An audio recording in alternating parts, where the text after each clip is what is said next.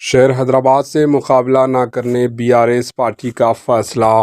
Lok Sabha election में BRS party ने हैदराबाद लोकसभा से मुकाबला न करने का फैसला किया और हैदराबाद की सीट अपने हलीफ जमात बीएसपी के लिए छोड़ देने का फैसला किया।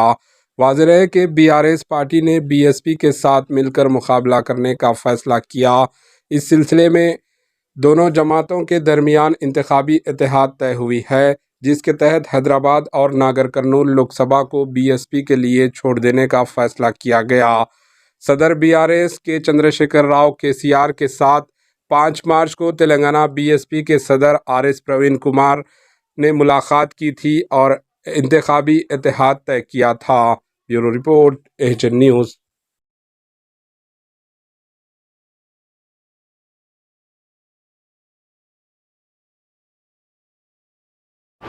एएचएन न्यूज़ को लाइक करें, शेयर करें और सब्सक्राइब करना ना भूलें।